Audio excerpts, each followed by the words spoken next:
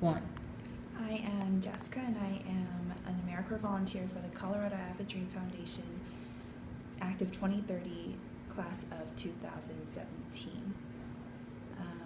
My experience, or my immigration story, started when my parents, during the Vietnam War and after the Vietnam War, immigrated to the United States, and it was really difficult because they didn't speak English. However, in Southern California, or just not where I lived in Southern California, we were just maybe a 15-minute drive from Little Saigon, and the Vietnamese speaking, Chinese speaking community there was just so strong knit. That's how my parents got information on like what services they could access, what type of schooling that we should receive, what kind of extracurricular activities that we should be doing. And also my cousins who had immigrated to the U.S. first, they were a lot older, and so they kind of knew what was going on as well. Not completely, but just sort of.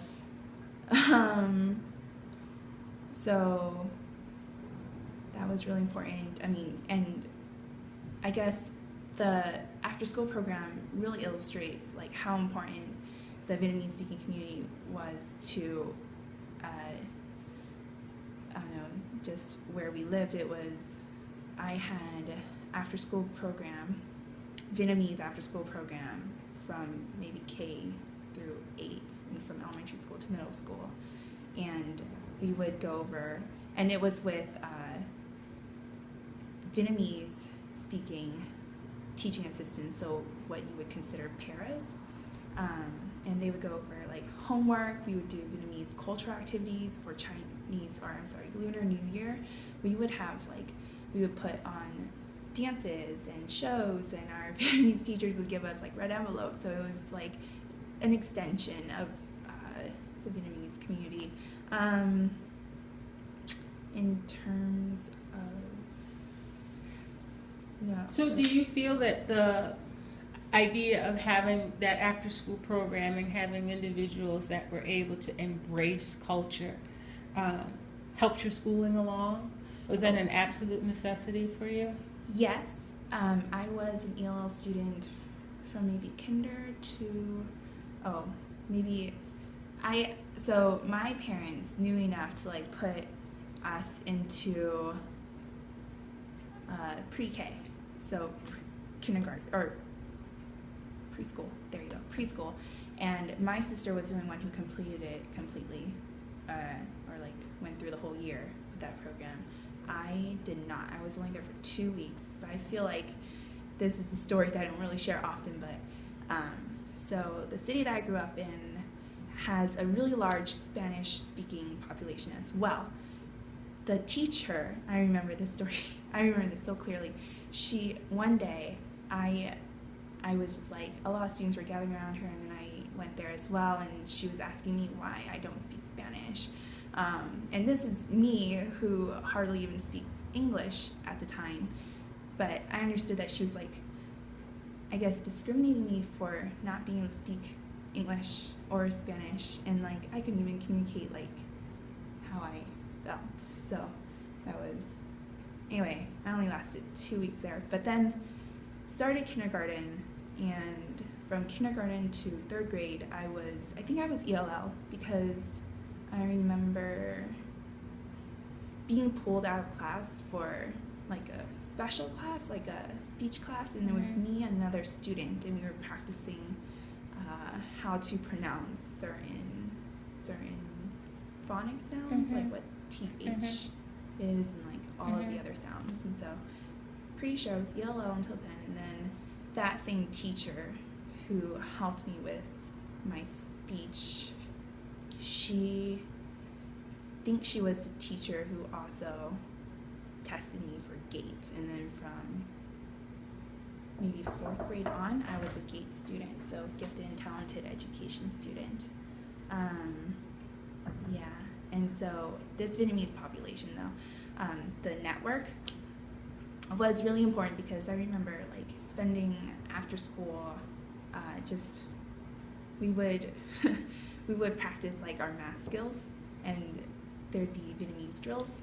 I have notebooks and workbooks of like just Vietnamese literature. We would learn poetry, songs, and I think that is a really big reason why I can understand Vietnamese and kind of communicate in it. My primary language is Cantonese, and that's because in our house we speak Cantonese, while my parents' secret language, if they ever need to discuss anything serious with each other, is Vietnamese. And so I think that's a really big reason why I know Vietnamese is because of that after-school program, and I had that from elementary to middle school. Right.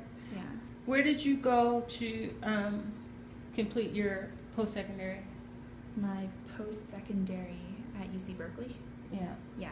And so in high school I didn't really have a really huge sense of like Vietnamese and Chinese pride and all of that. I felt like in high school,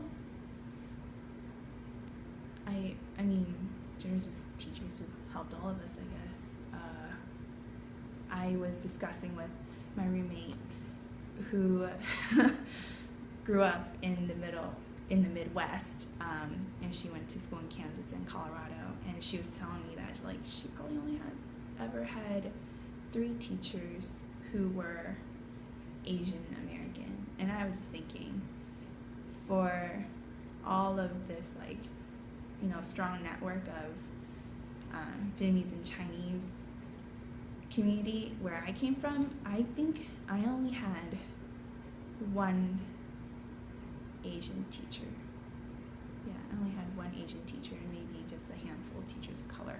But I didn't think anything of it really, because I knew, and this is just me, like my own motivation, that like I knew that if I wanted to do well, it didn't matter what my teacher looked like. I just had to do well, and that I think that was also part of the classroom culture, because I think once I was labeled GATE, I was then tracked into honors and AP classes, and I didn't really have much interaction with standard CP students.